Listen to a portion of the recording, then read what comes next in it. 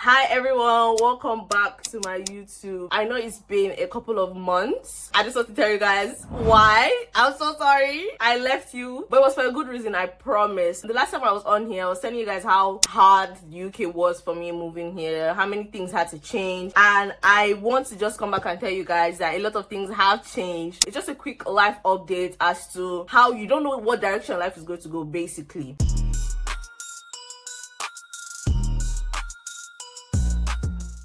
8 months ago, I was doing my master's, but I barely had a job. And yeah, I wasn't making enough money. I'm not going to say I wasn't making enough money to live in this country. But this is fast forward to the future. I have my master's degree. I have an actual 9 to 5 that is in the course that I studied. And I'm just so grateful. And I just want to walk you guys through how all these things have happened. And honestly, this is just like basically me being grateful for everything that I've passed through since coming to this country. So let me walk you guys through it. 8 months ago, this was, I want to say, it'll probably be a year ago though, because that was when I was going for the what I said last year. I was still doing my MSc degree, and I'm not going to lie, it was really difficult for me because my brother and I were getting into fights because I wasn't really good with money. I'm going to be honest with you, I wasn't really good with money. I was barely making enough because you're only allowed to work 20 hours when you live in the UK and you're working under a student visa. So I was making only enough to pay my rent and pay for my bills. And shout out to my dad, but like I didn't want to be the person that was just like calling him. The rates were bad, and I was just like, I don't want to put this on my dad because I still have siblings. Like, I'm not the last child that will be giving him so much stress. So here's what I did. I did not lock in. This is not a part of the story where I was like, I locked in, I did what I had to do. That would have been a lie. Here's what I did. I crashed out.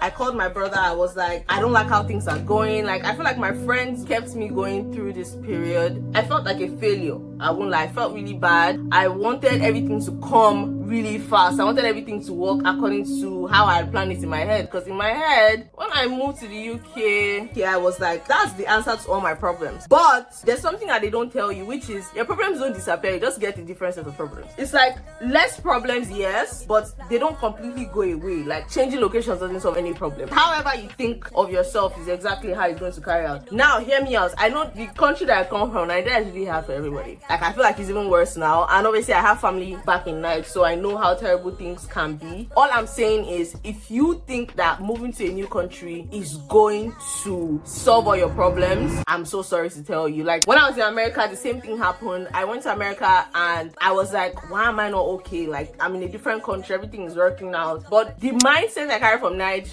is the mindset I carried to America, and it's also the mindset I came here with. I wanted to rush the process. That's just the honest truth. I wanted it to be like, as soon as I stepped into the country, everything is going to be fine. And I think one of the biggest indicators was me wanting to do my YouTube, and I couldn't find the time to do it. Bro, I was going to school 3 times a week, and I was working the other 2 days. Like, any day that I'm not in London, I am at work. And I couldn't give myself the grace of like, okay, everything is just not working out now because you just got here. I would call my friends and I'll be like, oh my god, I'm freezing. And I didn't want to buy new clothes because like those clothes were not in the budget. And this is not to say like my clothes were not great. I just felt like I should look a certain way. I'm in the UK, I should be able to afford some things. I should be able to look like some people. That was basically how I was seeing things. And to be honest, that puts me in a very, very awkward position because I always felt like a failure. I was giving myself these high standards that nobody but myself wanted me to fulfill. Like, I would call my brother and I'll be like, oh, I can't believe I can't do this. I can't believe I can't do that. And he'll be like, bro, you've been here how many months? He was like, I didn't have anybody when I came here. It was just me. And like, you have me and you're still complaining. Like, what is it exactly that you want to accomplish? People have been here for years and they haven't even been able to get a job. Like, you have a job, you pay your bills, and you're still able to go to school. So those times are really tough for me. And then winter came. When I came to the UK, it was winter, but it was like January, February, so it wasn't as crazy. The craziest times for winter for me personally is that November, December time. Bro, like, it felt like there was this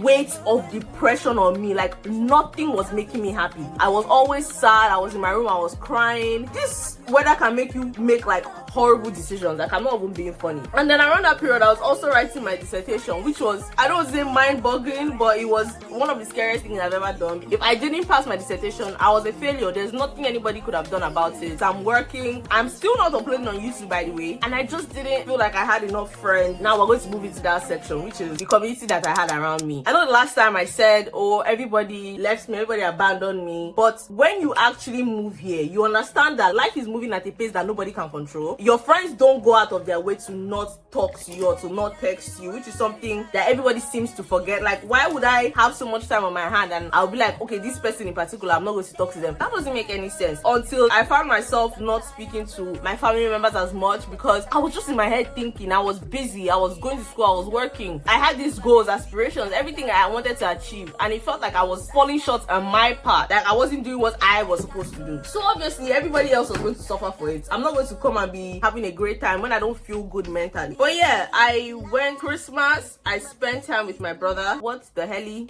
was that? Did you guys see that? Why is it separating? Okay, all right, man. I don't know what's happening, guys. Back to what I was saying. So one of the things that I think about the most was when I traveled for Christmas. And sometimes we don't think about, I look absolutely insane. I look absolutely insane. Oh my god.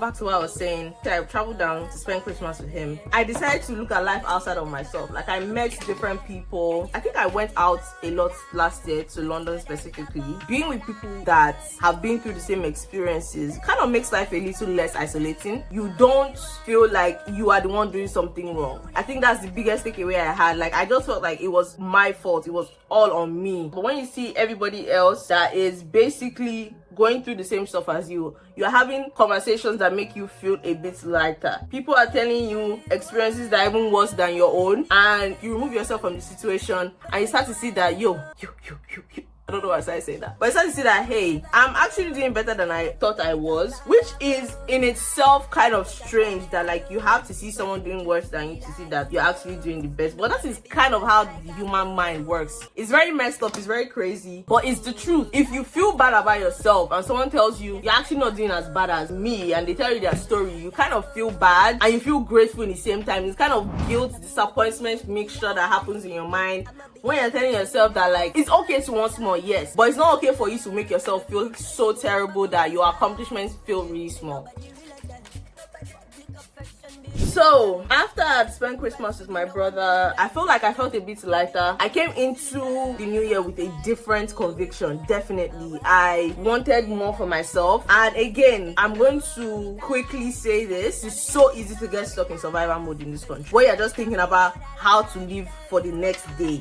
Like, this is nobody's fault though. Like, when people say, like, oh, I don't know why people just come here, they don't do this, they don't do that. Do you think people want to do certain things and they just decide not to do it? It is not for a lack of trying. I think people are very unkind when they have conversations about immigrants coming to a new country and not wanting to try. Like, why would I leave my family and my friends in a different country and come here and not want better for myself? But there are sometimes that you get stuck in a loop of survival where you are just thinking of the next day. In the past 1 year, I think I've done almost 10 jobs. Almost 10 jobs before I finally got this one. I actually feel like I'm doing something. It's so easy to give advice when you're so far away. It's so easy to tell somebody, oh, you do this and you do that. Oh, why can't you do this and why can't you do that? Like, remember I say, what fool your mouth? What fool your mouth now? You fool your mouth because you feel like you are the one that has all the sense. We just came here to count bridge. We came here to see the queen, actually. How? I started thinking about life a bit differently. I started taking things a bit more seriously. I locked in the gym. I submitted my dissertation. I was happy. I was free. And then my birthday came. I felt really sad. I felt like I failed my former self. I felt like there's so many things she set out to accomplish that she didn't accomplish, basically. And that really messed me up. I didn't want to do anything. I didn't want to go anywhere. And then my friend Izzy hit me up and he was like, he wants to take a couple of pictures and he wants to take them with me. So I went to London. We took the pictures. They came out really good. I felt amazing. There's no other word to put it. I thought I would be shy, but I'm actually not a shy person. Like, I'm actually not a very shy person. And I think it comes from the fact that I genuinely don't care. I genuinely don't care. Like, if it's not somebody that I care about, nothing they say or nothing they do can hurt me, which is one of the things my mom used to be so upset with me about. She's just like, how can you say you don't care? How can you say you don't care? But I genuinely don't. And one of the things I also learned last year was how to forgive. I used to be someone that was so proud of me not forgiving people. I used to be like, I can never forgive. I'm like the Holy Spirit.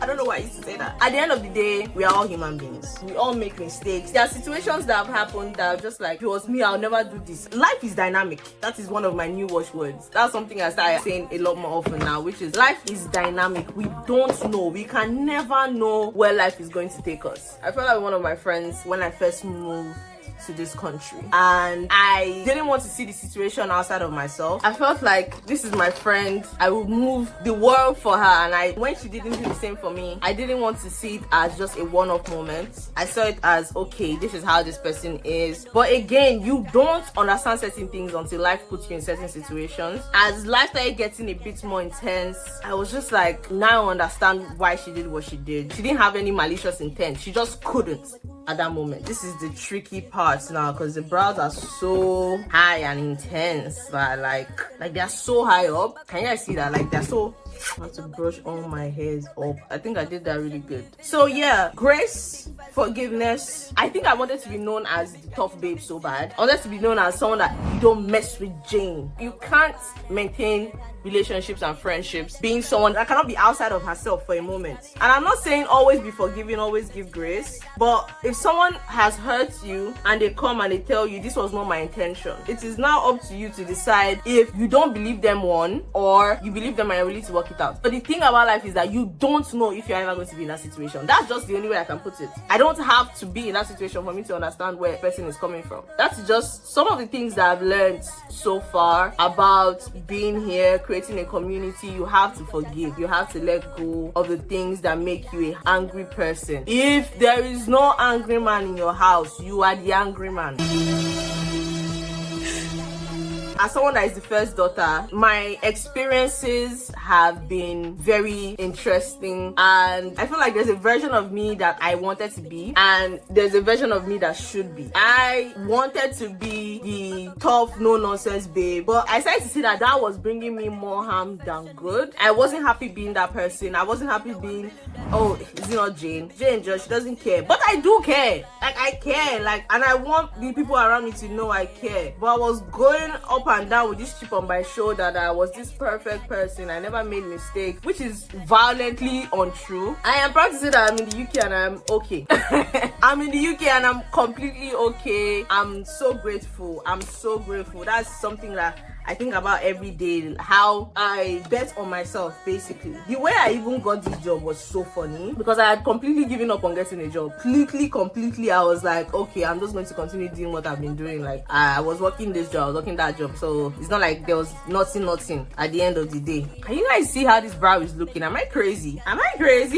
So yeah, I'm in the UK, I'm okay. I am officially going to be posting on my YouTube because I am happy with where I am. I'm happy with who I am. I know that I've been able to do more things than I thought I would accomplish. And if you think Jenny is bombing, you guys have not even seen the littlest of it. You guys have not seen how locked in I'm about to be here giving you guys content.